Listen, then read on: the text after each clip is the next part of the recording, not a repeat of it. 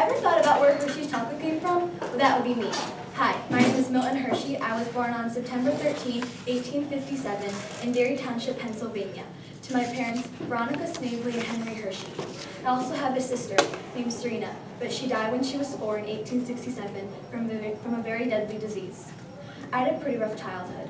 I moved around a lot, and by the time I was 13, I already gone to 6 schools. My parents fought a lot too. So when I was 10 years old, my parents divorced and my dad left me and my mother alone. Then, at 13, I dropped out of 4th grade. My mother taught me a lot about hard work and appreciation.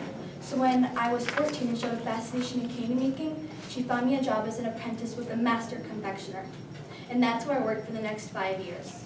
Then, when I was 19, I opened up my own candy business, but unfortunately, for the first 4 years, I couldn't make a single profit.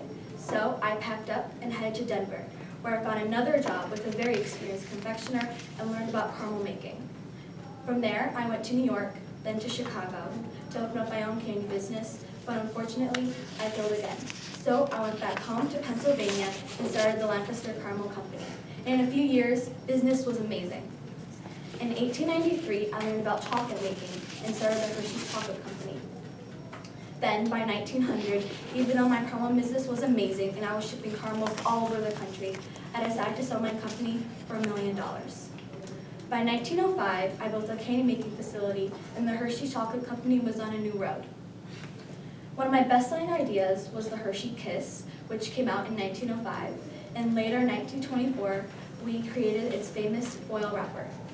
As my company started growing, I started building parks, churches, schools, recreational facilities, and housing for my employees. In 1915, my wife Catherine passed away. It was very unexpected, but I never remarried. Later in the 1930s, during the Great Depression, I decided to build a hotel, community buildings, and some new offices in order to keep men working and to bring in income for their families. Then, during World War II, I decided to build a hotel and many other things.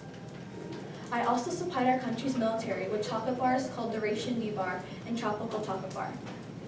One of my biggest wishes was for my company to strive and excel after my death on October 13, 1945. One of my most famous sayings is, one must have reasonable optimism. It is the force that makes the world go. Or simply, a Hershey Kiss. Thank you. Excellent. Very good.